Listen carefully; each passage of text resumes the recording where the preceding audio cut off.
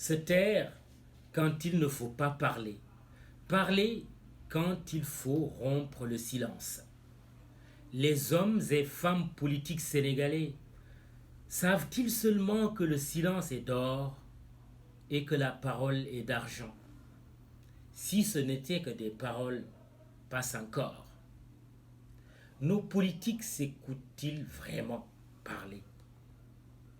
Et le soir venu, une fois à la maison, leur arrive-t-il de regarder leurs enfants les yeux dans les yeux après tant d'insanité déversée dans la rue?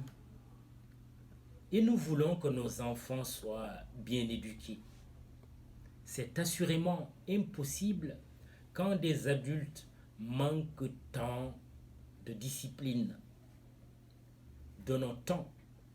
Les politiciens et politiciennes n'ont que la menace et l'injure à la bouche. Pourtant, même dans l'invective, on peut faire preuve d'élégance.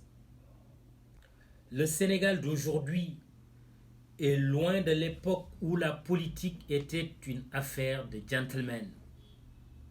Toujours en vacances du pays, qui est d'ailleurs le cadet de leurs soucis, les acteurs politiques font montre d'un génie insoupçonné quand il s'agit de gérer leur agenda personnel.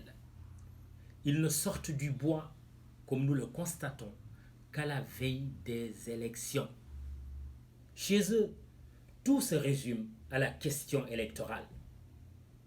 Parrainage, fichier, Sénat, contestation, contentieux, fraude.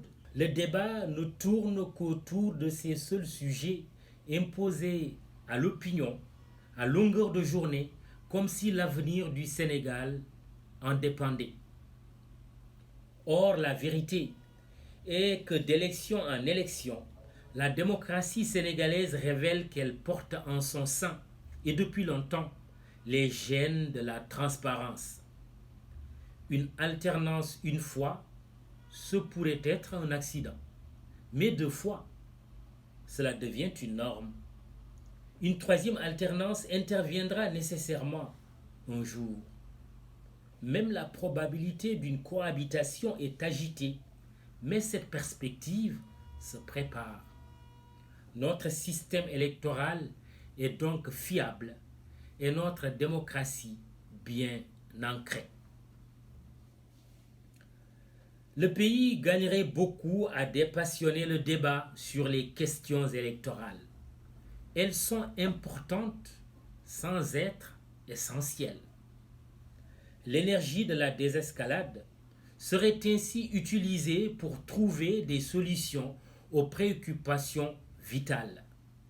L'eau et l'électricité pour tous et à moindre coût. Parlant du liquide précieux, il est heureux de voir l'État et la ville de Dakar se disputer sur leur rôle respectif dans l'organisation du 9e Forum mondial de l'eau qu'accueille le Sénégal. Une bonne querelle, à condition qu'elle ne se transforme pas en une querelle de borne-fontaine. Les populations sénégalaises seraient heureuses d'entendre ceux qui sollicitent leur suffrage, gouvernants et opposants, s'exprimer sur les sujets cruciaux de l'éducation, la santé, la culture, l'économie et j'en passe. En ces temps de menaces et de périls de toutes sortes, se préoccuper quand on est un homme et une femme politiques de la place et de l'influence du Sénégal dans le monde ne serait pas de la fantaisie. N'est-ce pas que la famine, liée à une pénurie alimentaire, guette, avec les conséquences fâcheuses de la guerre en Ukraine sur les prix des produits de première nécessité? Avec la guerre, comprenez le conflit russo-ukrainien, on ne peut exclure un retour des émeutes de la faim, prévient Macky Sall en sa double qualité de président du Sénégal et de l'Union africaine. Un avertissement de taille qui interpelle le chef de l'État au premier chef dans sa responsabilité première d'orienter le pays vers des lendemains sereins. L'agitation débordante des politiciens et même des avocats n'a pas lieu d'être, à condition qu'ils écoutent avec la tête et non avec le cœur les mots pleins de sérénité de l'Union des magistrats du Sénégal. Un magistrat, c'est son dossier et rien d'autre. Et le procès pénal a ses principes que sont la poursuite, l'instruction et le jugement. Trois juridictions indépendantes de la chaîne pénale, jouissant d'une autonomie de décision. Et comme dans tout procès, la présumée victime dénoncera des faits. Le ministère public requerra à charge ou à décharge.